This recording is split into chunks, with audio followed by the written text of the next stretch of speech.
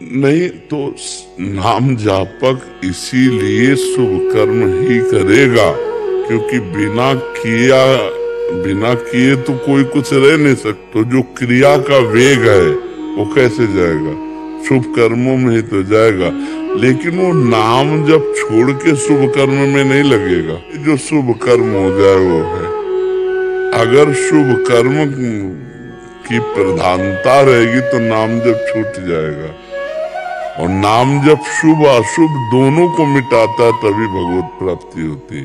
अब जैसे हमें जीवन यापन करना है तो अब हम बोलना है, चर्चा बोलनी है, करना है तो भागवतिक कार्य करने हैं। पाप कर्म तो करना नहीं। जो अपमान कर रहे हैं, जो रोग आ रहा है, जो दुख भोग रहे हैं, इससे पाप नष्ट हो रहे हैं। जो प्रणाम कर रहे हैं, नमस्कार कर रहे हैं, वाह वाह कर रहे हैं, वो पुण्य ले रहे हैं। और हम पाप पुण्य दोनों से रहित होकर परमेश्वर को प्राप्त हो रहे हैं। फलाकांक्षी नहीं होता कि इस कर्म का ये फल मिलेगा इसलिए कर रहा है। शुभ कर्म के फल का त्यागी होता है वो, क्योंकि वो बहुत बड़ा उसके पास है ना भगवदानंद। उससे शुभ कोई भी क्रिया वो आनंद नहीं दे सकती जो सुमिरन से आता है। इसीलिए आप गुरुवाणी जी में पढ़ करके, स्वाध्याय करके, मनन करके देखो, दो बातों का बहुत जोर से है। एक है नाम और दूसरा साधु सेवा, साधु संगति, साधु संगति, साधु सेवा। ये दो बातें बहुत जोर की है। अब साधु सेवा से नाम में और प्रीति होगी, नाम जपने से साधुओं में श्रद्धा होगी, क्योंकि सब नाम जापक हैं। तो ये शुभ कर्म नहीं, ये गुणातीत कर्म है। शुभ और अशुभ दोनों से परे कर्म है ये। जो नाम जप है, जो साधु सेवा है, ये भगवत स्वरूप है, ये गुणातीत है। साधु सेवा करने वाला नाम जापक होगा ही, और नाम जप करने वाला साधु सेवा करेगा ही, और दोनों ही करने वाला भगवान को प्राप्त होगा ही, वो परमेश्वर को प्राप्त होगा। साधु सेवा और नाम जप, ये दो गुरुवाणी जी में बहुत जोर की बातें कही गई है।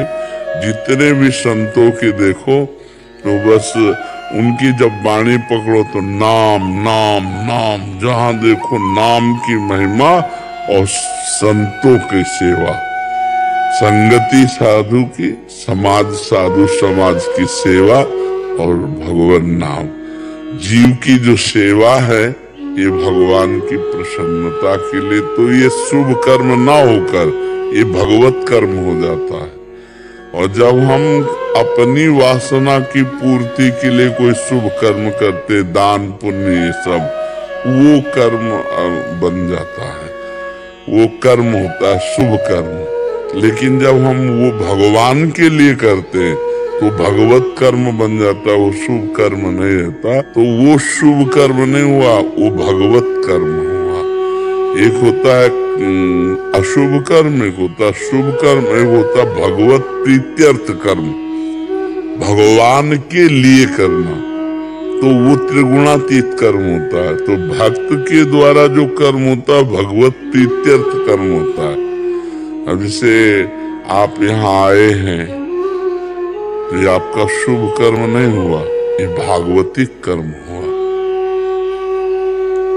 अब आप जैसे कि मेरे पास रुपए हैं, मैं उनको यहाँ दान करता हूँ, धाम में दान करने से कई गुना बढ़ करके लाभ मिलता है। अब ये शुभ कर्म होगा। और मेरे पास 10,000 रुपए हैं, यहाँ संत समागम में लगा देते हैं, मेरे परमेश्वर हम पर प्रसन्न होंगे, ये भागवतिक कर्म। भगवत प्रीत्यर्थ लक्ष्य है जिसका भगवान की प्रसन्नता, वो हो गया भागवतिक कर्म। और लक्ष्य है कई गुना बढ़कर मिलेगा, ये हो गया शुभ कर्म। और फिर जो विपरीत हो उसे अशुभ कर्म।